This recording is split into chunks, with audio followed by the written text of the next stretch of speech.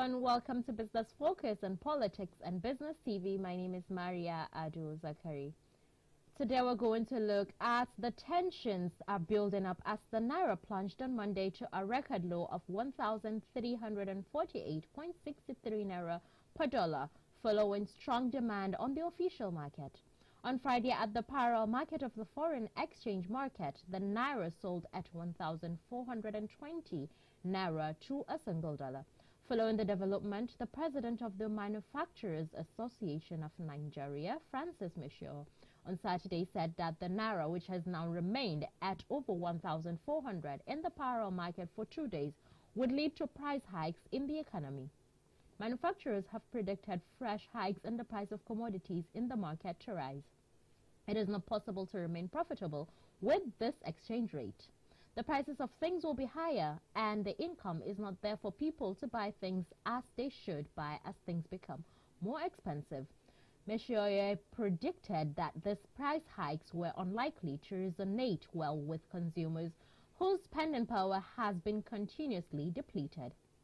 Recall that as of December 2023, inflation rose to 28.92% according to the National Bureau of Statistics (NBS). The president of MAN added that the current FX reality creates the need for manufacturers to come together and fashion out viable solutions to stay in business. On the show today, incessant fall in Naira will be our talking point. Do stay tuned. We'll come back and look at the foreign currency market and the equity markets. Do stay tuned.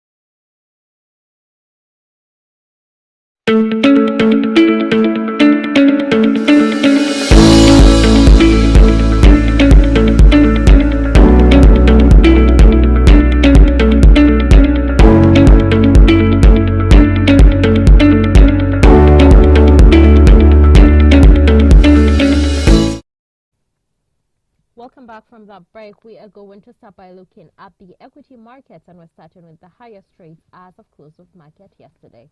Owando MRF had traded 203 at the volume of 15,835 at the value of 237,609. Transco traded 142 trades at the volume of 13,676 at the value of 208,917. Japan Gold had 130 trades at the volume of 12,177 at the value of 38,560. The top gainers as of close of market yesterday, we had Owando at positive 96% and Dangote Cement at positive 9.93% and Triple G at positive 9.89%. Bottom losers as of close of market yesterday had Ikeja Hotel at negative 10%, Dar Communications at negative 10%, and Cadbury at negative 9.880%. We'll move to look at the commodity top performers, and we have orange juice topping the list at positive 6.30%. We have lead at positive 1.47%, and cocoa at 1.31%, palladium at 0.92%, and gold at 0.31%. We'll look at precious metals now, where we have gold topping the list at 0.30%, palladium at 1.27%, and platinum at 0.10%. We'll take a look at energy now. Energy, we have natural gas, that's Henry Hub, at negative 17.47%. We have ethanol at 0.05%. We have heating oil at 0.00%. Let's look at industrial metals. We have aluminium on that list at negative 0.58%. We have lead at 5.97%, and iron ore at 0.00%. Let's look at agriculture. On agriculture, we have cotton topping that list with 0.25%. We have oats at 0.07% and lumber at 0.26%. Let's take a look at the Naira now. The Naira, the currency, sold on Monday, yesterday, at 1,348 Naira to a single dollar.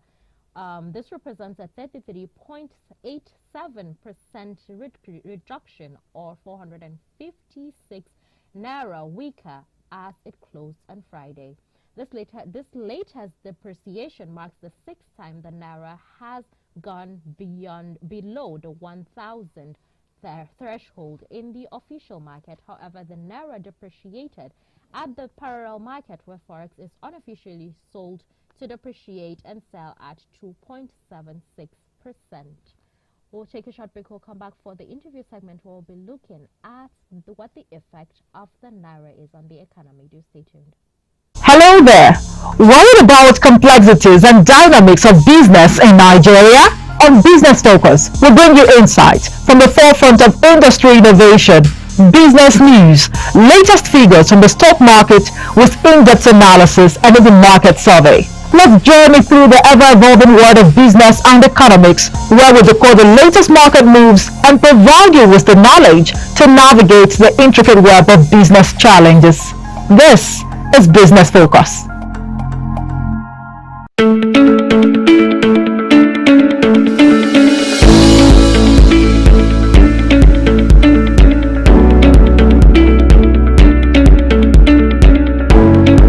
Sustain the value of Naira, the strength of Naira was artificial. Artificial in the sense that governments went to the international market, borrowed some fund, brought it to Nigeria, and tried to disburse it, part of which was used to settle the backlog of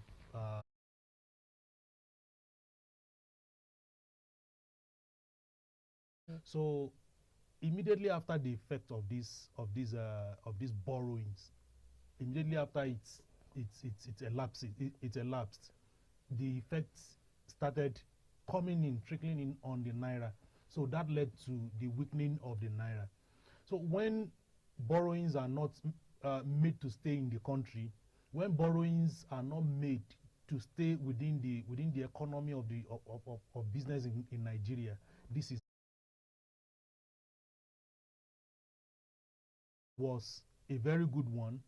It's sustained the Naira to an extent, but it has its own elastic limit.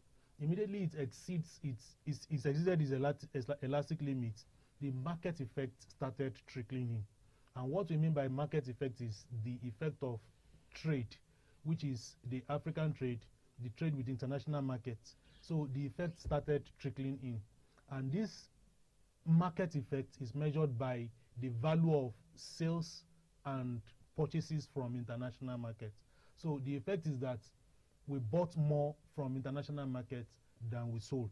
So we're looking forward to maybe the NNPCL to release more dollar currencies to the Nigerian government or to the central bank to sustain or hold back the free fall of Naira. Talk of the trade aspect, it will take a longer time. And while trying to do that, we need intervention from the CBN, intervention from the NNPCL, which sells the Nigerian crude, because that's almost the major source of foreign currency to the Nigerian market for now. So we should work on diversifying the economy. The effect of the effect of which we are seeing, the non-diversification of the economy is the effect of what we're seeing now. Had it been Nigeria has been able to diversify its economy, the effect will have been positive on the value of the naira. So that aside, we equally need to work on our security architecture, because if you look at the next commodity after the crude oil that Nigeria exports to the larger market is the agricultural products, the cash crop and the food crops. But what do we have today? Farmers are buying, they are paying to get their lives secured on the farm. Apart from doing that, farmers are not allowed to go and harvest their crops in peace. So if we have that kind of situation, it will be difficult for the trade to sustain the Nigerian naira. If the insecurity doesn't have, if the insecurity in the northwest, northeast, or wherever it may be doesn't affect you, wherever you are, the dollar effect of it will catch up on us and in total. While we are looking forward to the habits of the larger Nigerian to improve in terms of importing of consumption of imported products, we are still looking at governments to improve their own habits by cutting down on exportation of importation of foreign products. Aside from that, we should look at many other value chains where governments can come in at the long run, like the Ajaokuta steel rolling mills. We should work on making it work, because we use iron rod, we use iron plates to do a lot of things and to achieve many other things. So if this can be rolling, we are sure that we are not going to import most of those steels. We are not going to import most of those iron-related products, other than us exporting it to earn more foreign currency.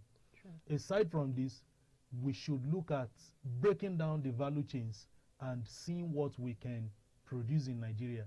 That is what the Local Content Act was designed to achieve.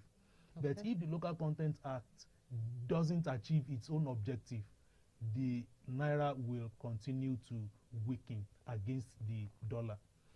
Mr. Joshua, I would ask, to what extent would you say those loans gotten by the NNPCL have been able to resolve the FX shortage in the country? Yes, it was able, but not a permanent solution. Any loan, any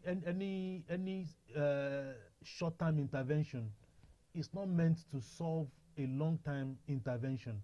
The long-term intervention is that we want to keep our naira strengthening. Okay. The short-term intervention is that we want to keep it strengthening for a little period of time. Then if you look at the loan, a large portion of it was used to settle the backlog of the of remittances. Where is this remittances going? It's going back to where the loan came from, like borrowing from, let's say, the Swiss lenders, and paying companies. Let's say borrowing from Germany and paying the construction company a part of it. That means the money is returning back to Germany. Okay. That's a good chunk of it is returning back to Germany. Sure. Not caring if the loans were gotten during when the Nigerian naira was stronger. That is when it was, let's say, 200 naira per dollar. Sure. If at that time naira was stronger, and now we are borrowing to settle the remittances, it will be difficult to pay at that differential. The effect of which is that we have to double work to repay back this loan, because all activities in Nigeria is denominated in Nigerian naira. Sure. So if you are going to pay back this loan, you are going to work in Nigerian naira and pay back in whatever the foreign currency the loan is denominated. If the loan is denominated in a stronger foreign currency, that means you are going to work times whatever times the value is to a naira. True. If you are working at that rate, you have to double up your effort. So one thing is that government needs to find a way to make sure that we are not selling our product cheap to the international market. We are selling it at an international rate.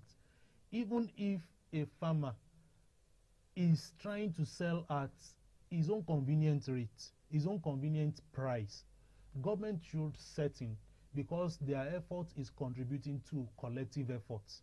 So Sure. Government should set in, bring in a kind of price regulatory board, even if it is only for the exported goods, a price regulatory method. Dump it here, we sell it for you. That was what they did for cocoa. That was what they did for groundnuts. Okay. You dump it at a particular place. After dumping it, government will buy it in bulk and find a way of selling it to the international market. True. Yes, government doesn't have business in business, but it's high time government had a rethink of this phrase. PPP will work. We cannot leave everything to the businessmen alone. We cannot leave everything to the farmers alone. So we have a lot of things to do: diversification, security, and many other things. Naira will continue to fall until peradventure when the big companies, which are expected to affect the economy or to stabilize the economy, until when they take shape and they are able to contribute effectively to the economy. Part of which is the Dangote refinery and one of some few other modular refineries. When they come on board, they will contribute to reduced importation, and they will reduce pressure on demand for forex, and then they will equally contribute to strengthening the naira by exporting. So we need a lot to do in trying to get many things to export across our borders.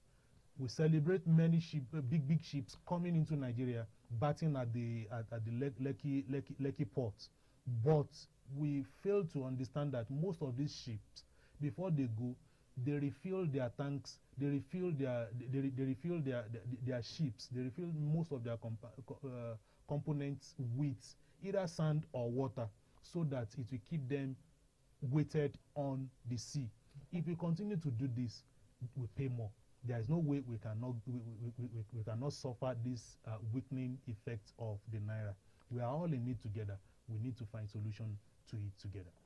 Talking about we're all in it together, let's move on to talk about inflation now. The CBN has given a figure at 21.4% inflation rate, that inflation would go back to that number. If it's possible, why didn't, using some inflationary targeting policies, if it's possible, why would the central bank now, why would the Apex Bank wait till now to actually implement those policies? Because the inflation rate has been going on for close to 12 months now. Regarding the inflation rates, Okay. we have a lot of factors to consider in that. We have the change of regime, and we have the change of nature of government. What I mean by nature of government is that the last regime was a little bit socialist in nature, Okay. while this regime is a little capitalist in nature. Okay. So we are experiencing a kind of change in government ideology in that regards. Then the effect of the subsidy, removal of subsidy, and the floating of the exchange rates. Sure. Those are the effects that took toll on increasing the level of inflation. If this is there, we need a kind of policy that we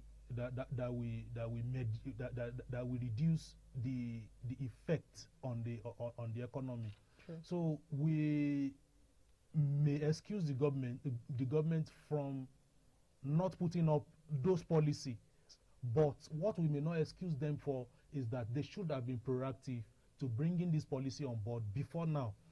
But that as it may, we should give them a kind of gap, a kind of time to stabilize this. And I believe that with the projection, it signifies that something is coming on board, which we expect them to work hard towards. Because what I mean by working hard towards is that it will not be easy, but it is achievable.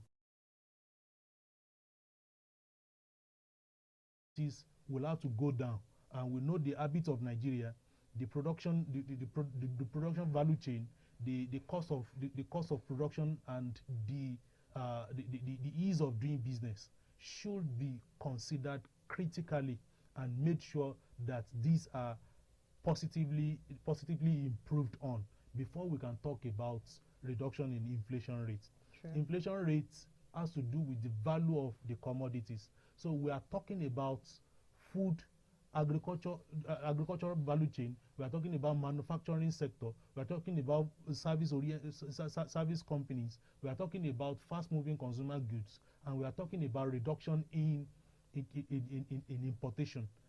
Inflation has a way of impacting the exchange rates. So we are talking about this connected system. How do we work on each nodos without losing any gap, without losing any energy? Depends on the team, depends on the attitude of Nigeria, it depends on many other factors. Sure. It is achievable, but it will need us to roll up our sleeves better than this and double our efforts. Viewers, you're still on Business Focus on Politics and Business TV right here from the city capital. We'll take a short break. We'll be right back to talk some more about the incessant fall in NAIRA. Do stay with us.